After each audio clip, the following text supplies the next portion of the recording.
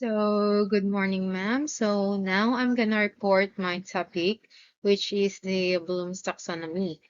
So, this presentation explores the original Bloom's taxonomy and its impact on classroom teaching. And we will also examine the cognitive levels and how educators apply them to enhance learning. So, what is Bloom's taxonomy? So the original Bloom's taxonomy, which was developed by Benjamin Bloom in 1956 and his colleagues, organizes the cognitive learning objectives into six hierarchical levels. So these levels describes the increasing complexity and the intellectual behavior starting from recall of facts to higher order thinking skills. So the six levels in the original taxonomy are the knowledge, comprehension, application, analysis, synthesis, and evaluation. So first we have the knowledge, which involve the recall of facts and information. So knowledge, it is the basic level involving the recall of facts, the terms, the concepts, and answer without necessarily understanding their meaning.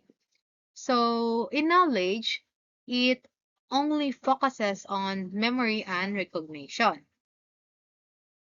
And next, we have the comprehension. So in the comprehension level, so the learners demonstrate understanding by interpreting, summarizing, or explaining information in their own words. So here in comprehension, the learners or the students can summarize or can interpret the topic or can give ideas about the topic in their own words. Like ilaha silang na nasabtan nila ang lesson and nakagive sila og ilahang own understanding. And then you have the application. So in application, it is the use of knowledge in new situation.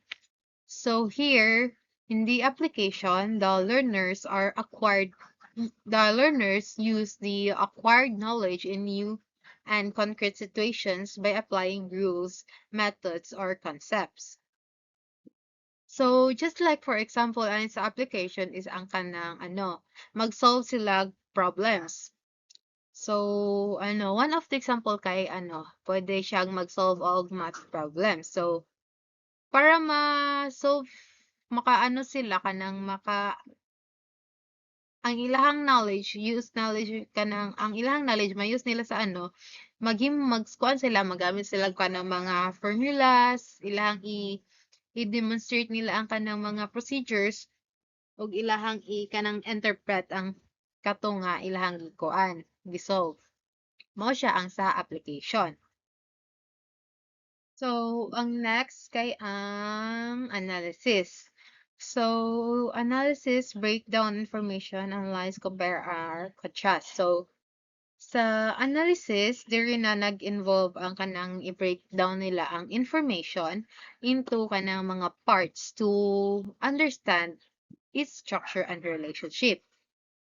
So, diri ang mga learners ilahan nang gikan nang gi-broken down into pieces ang kanang isa ka lesson or isa ka topic para mas masabtan nila ang kung unsa to siya. At diri pod sa analysis nag-include na ang ilang ma-identify nila ang kanang motives, ang unsay cause ug ang and making interference. So one of the example aning sa analysis kay kanang ilahang compare leadership styles of two US president.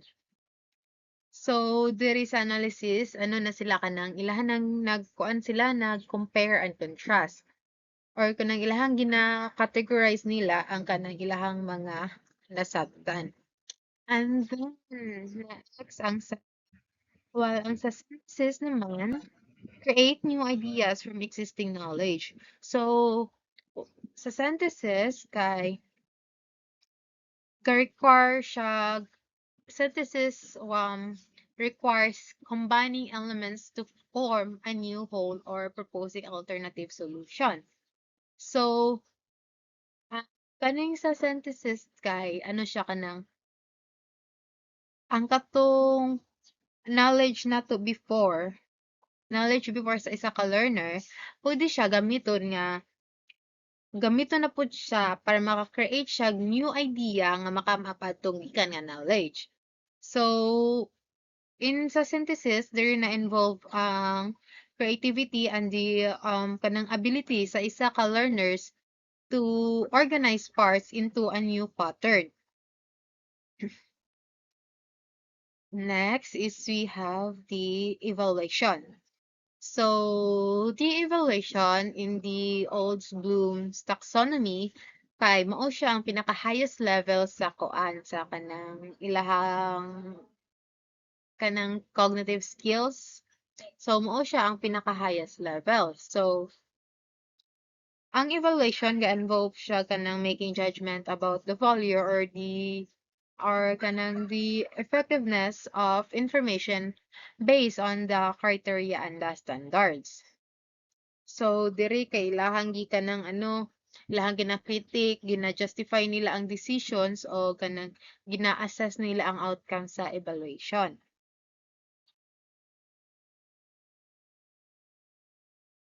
Then next is na ta kanang blooms in the classroom. So, blooms in the classroom. So, first we have the knowledge. So, ang katong mga gi-propose ni Bloom nga katong order thinking skills kay pwede po siya ma-use sa classroom. So, first we have the knowledge. So, ang knowledge kay in the classroom nag-involve siya kanang recalling facts, kanang mga definition or kanang information. So, in the classroom, this often takes the form of kanang mga quizzes, fact recollection, or kanang mag-ask ka sa students to provide kanang mga definitions about certain topics or mga certain words. So, one of an example question is what year did the World War II begin? So, so this level of mga example question kanang nag-focus siya sa ability sa student to remember and retrieve the factual information. While ang comprehension naman kay summarizes, paraphrasing, explaining concepts. So, while ang comprehension kay ning goes a step further. So, in comprehension, there na require siya sa mga students to understand and explain the ideas or the concepts. So, activities at this level include ka ng mag-write og mga summaries, mag-paraphrase sa mga materials, or ilahang i-explain ang concept into their own words kung unsa ang ilahang nasabtan. So, for an instance, ang teacher, pwede siya might ask and explain supply and demand sa isa ka learner. In which, dito na-demonstrate that ang kanang student wala ra siya nag-remember sa information but also iyahang nasabot og kung unsa to ug unsa iyahang meaning. Then, and we have the focus. So, the focus on these two, both levels are foundational. Siya kanang foundational because they help students build their basic understanding, which is siya kanang required siya for the next complex thinking and learning task. So these activities kanang lay the groundwork of higher level skills in Bloom's taxonomy, such as the application, the analysis, the synthesis, and the evaluation. Next is we have the application.